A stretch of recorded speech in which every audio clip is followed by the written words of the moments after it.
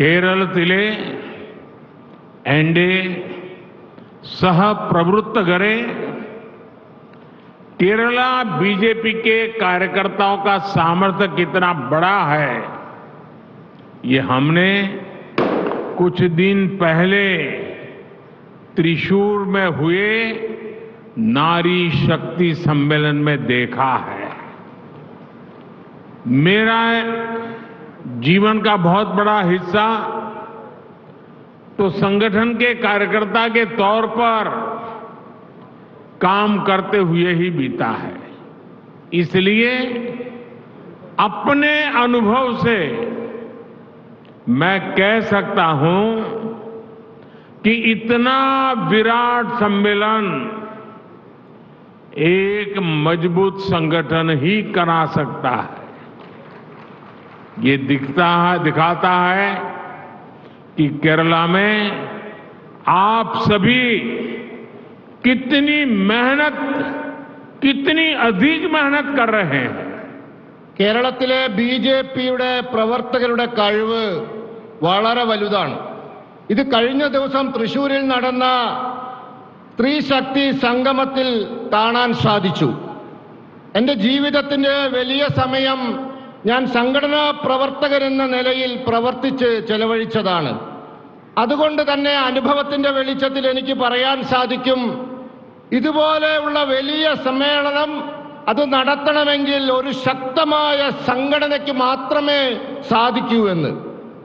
ഇത് നിങ്ങൾ കേരളത്തിൽ എത്ര പരിശ്രമിക്കുന്നു, എത്ര അധികം പരിശ്രമിക്കുന്നു എന്ന് കാണിച്ചു തന്നു. കേരളത്തിലെ എൻ്റെ सहप्रवृत्तगरे बीजेपी आज पूरे देश के हर क्षेत्र, हर वर्ग की पार्टी है। बीजेपी ही एकमात्र पार्टी है जिसके पास तेज विकास का ट्रैक रिकॉर्ड भी है और भविष्य का स्पष्ट विजन भी है।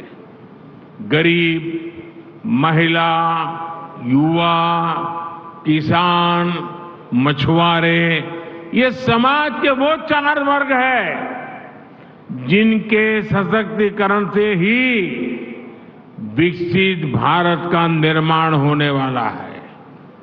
ये बीजेपी है जो गरीब कल्याण को सर्वोच्च प्राथमिकता देते हुए काम कर रही है।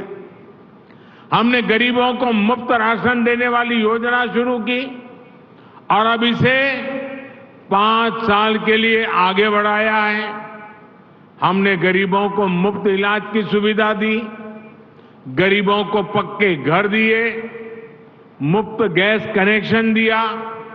ऐसी योजनाओं से गरीबों का जीवन आसान हुआ है। बीजेपी ഇന്ന് രാജ്യത്തെ എല്ലാ പ്രദേശത്തിലും എല്ലാ വിഭാഗങ്ങളുടെയും പാർട്ടിയാണ്.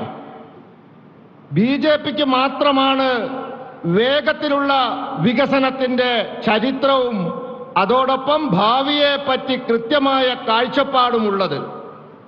പാവങ്ങൾ, സ്ത്രീകൾ, യുവാക്കൾ, കൃഷിക്കാർ, തൊഴിലാളികൾ എന്നിവർ ആ വിഭാഗങ്ങളാണ്. ആരെയാണോ ശക്തിപ്പെടുത്തേണ്ടത്, എങ്ങനെയാണോ വികസിത ഭാരതം സാധ്യമാവേണ്ടത്, അതിനാരെയാണോ ശക്തിപ്പെടുത്തേണ്ടത്, അതിവരാണ്. പാവങ്ങളുടെ ക്ഷേമത്തിന് വളരെ പ്രാധാന്യം നൽകുന്ന പാർട്ടിയാണ് ബിജെപി. നമ്മൾ പാവങ്ങൾക്ക് സൗജന്യ റേഷൻ നൽകുന്ന പദ്ധതി ആരംഭിച്ചു. ഇപ്പോൾ അത് 5 വർഷത്തേക്ക് കൂടി നീട്ടിയിരിക്കുന്നു. നമ്മൾ പാവങ്ങൾക്ക് സൗജന്യ ചികിത്സയ്ക്കുള്ള സൗകര്യങ്ങൾ ചെയ്തു. അവർക്ക് നല്ല വീട് നൽകി, സൗജന്യ പാചകവാതക കണക്ഷൻ നൽകി. ഇത്തരത്തിലുള്ള പദ്ധതികളിലൂടെ നാം പാവങ്ങളുടെ ജീവിതം സുഖകരമാക്കി.